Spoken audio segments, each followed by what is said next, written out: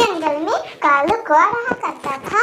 एक दिन कालू कौआ माही चील के पेड़ पे बैठा आम खा रहा था, क्योंकि जंगल में आम का पेड़ कहीं भी नहीं था।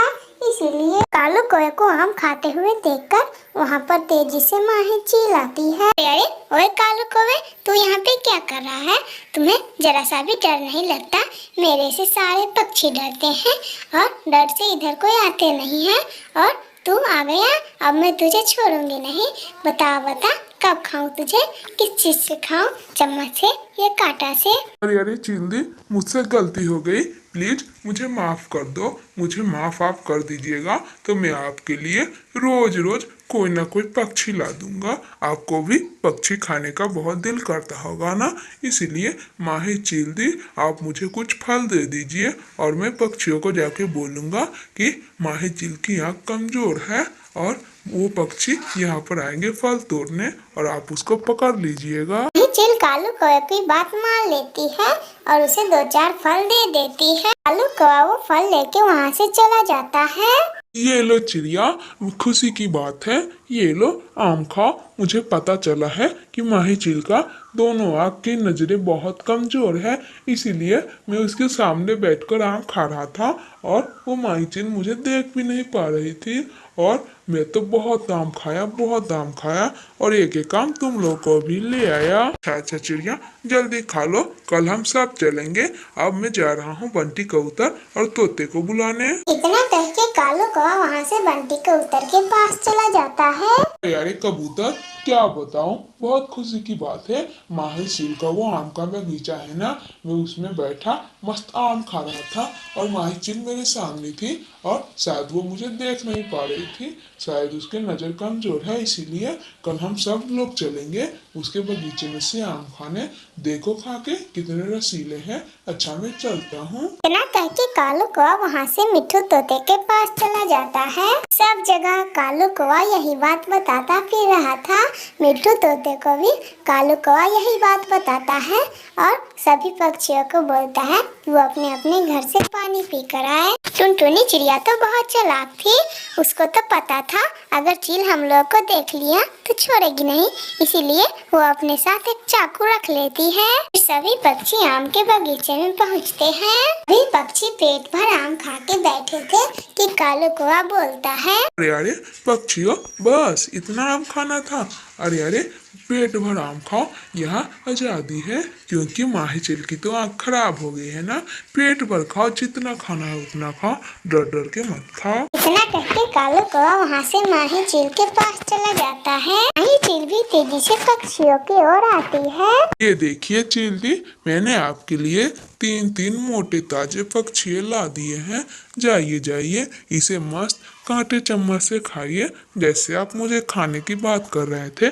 जाइए जाइए चिल्ली, पेट भर खाइएगा। सुनकर टुनटुनी चिड़िया तुरंत चाकू निकाल लेती है। अरे माही चील, अगर तुम आगे बढ़ने की कोशिश की तो मैं तुम्हें मार डालूंगी। चलो चलो पीछे हटो, वरना मैं तुम्हें चाकू से मार डालूंगी। बंटी भैया और मिट्ठू भैया, आप लोग यहाँ से तुरंत भाग जाएं। इतना सुनते ही बंटी कबूतर और मिट्ठू तोता वहाँ से भाग जाते हैं और इधर टुनटुनी चिड़िया भी चाकू दिखा के माही चील से छुटकारा पाके वहाँ से भाग जाती है। और इधर बचता है अकेला कालू कौआ। माही चील बहुत गुस्सा थी, वो कालू कौवे को ही मार के खा जाती है। मेरे प्यारे दोस्तों, अगर आप लोगों को ये कहानी अच्छी लगी हो तो प्लीज लाइक एंड सब्सक्राइब करके बेल आइकन दबाना ना भूलिएगा। एक जंगल में एक पेड़ रहा करता था। वो पेड़ जादुई पेड़ था, लेकिन कितनों दिनों से उसके ऊपर एक भी आम का फल नहीं आया था, इसलिए कोई भी पक्षी उस पेड़ को अच्छा नहीं समझते थे। एक दिन उस पेड़ के सामने कौवे उड़ के आते हैं। अरे अरे कालू और गोरी, मुझे बहुत जोर की प्यास लगी है, प्लीज मेरे लिए जाओ और नदी पर से पानी ले आओ। कुछ दिन में मैं फल देने वाला हूँ, वो भी बड़े बड़े आम के फल। तुम भी खाना और ये फिर तुम्हारा ही हो जाएगा। जाओ जाओ। अरे अरे छोड़िए कालू जी, इस पेड़ को छोड़िए, इस पेड़ के चक्कर में मत पड़िए। ये पेड़ कितनों सालों से मैं देख रही हूँ, ये पेड़ ऐसे ही खड़ा है, ना एक भी फल दिया है ना कुछ, और बोलता है पानी पिलाने के लिए। नहीं पिलाओ इस पेड़ को पानी, इस पेड़ पे तो फल होता नहीं, फालतू में ये बोलता रहता है। अरे हाँ हाँ गौरी, तुम सही कह रही हो, इस पेड़ को पानी पीना रहता है, इसीलिए ऐसे बोलता है इतने प्यार से, वरना ये थोड़ी ना बोलता। इस पेड़ पे तो कितने दिनों से फल नहीं आया।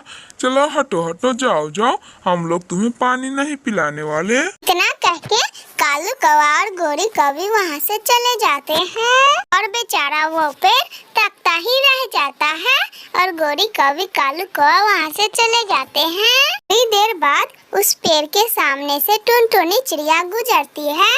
पेड़ टुनटुनी चिड़िया को आवाज लगाता है, टुनटुनी सुनो सुनो, इधर आओ, मुझे बहुत जोर की प्यास लगी है, आओ इधर टुनटुनी। टुनटुनी चिड़िया उस पेड़ के पास आके बैठ जाती है। अरे अरे चिड़िया चिड़िया, मैंने अभी कौवों से कहा मुझे थोड़ा पानी पिला देने के लिए, वो लोग नहीं पिलाए।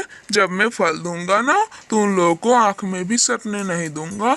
जाओ चिड़िया, प्लीज तुम मेरे लिए पानी ला दो। अरे अरे हाँ पेड़ जी, मैं जाती हूँ और अभी आपके लिए पानी लेकर आती हूँ, आप चिंता मत कीजिए, अब से मैं आपका रोज रोज ख्याल रखूंगी।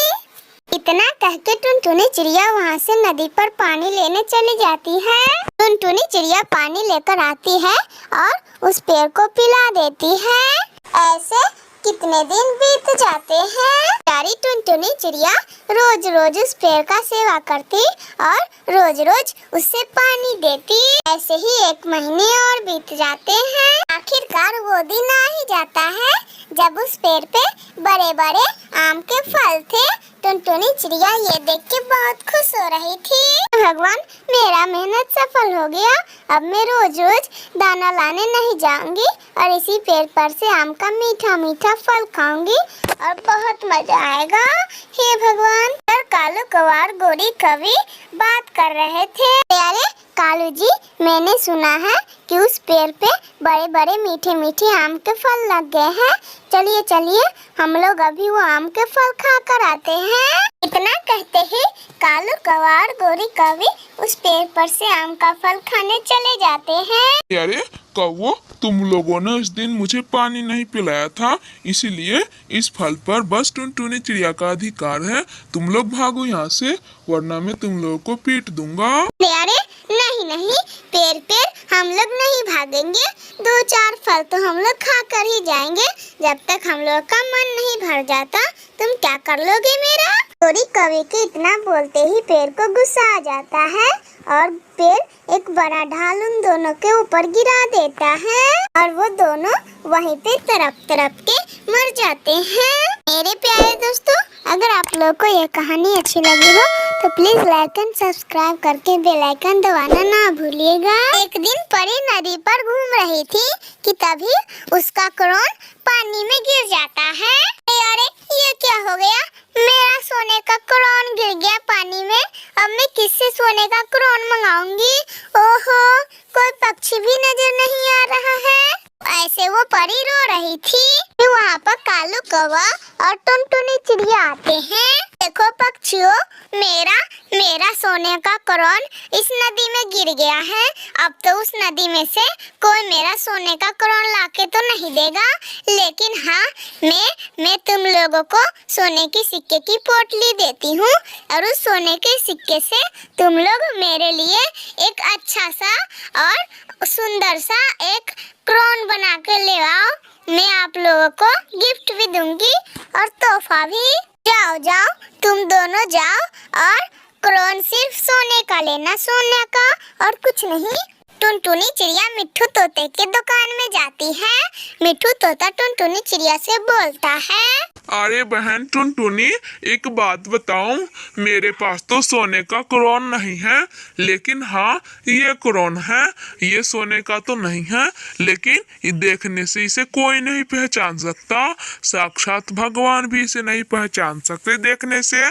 तुम इसे ही ले जाओ, आधी दाम में मिल जाएगा ये आपको। नहीं नहीं दुकानदार भैया, मुझे मुझे ये सोने का चाहिए, ये नकली सोने का नहीं चाहिए। मुझे क्रोन बस सोने का चाहिए, मैं दूसरे दुकान में देख लूंगी। ऐसा कह के टुनटुनी चिड़िया वहाँ से चली जाती है। टुनटुनी चिड़िया सीधा दूसरे जंगल जाती है। टुनटुनी चिड़िया के जाने के बाद उसी दुकान पे कालू कौवा आता है और सारी बात बताता है। दुकानदार फिर से वही बात बोलता है।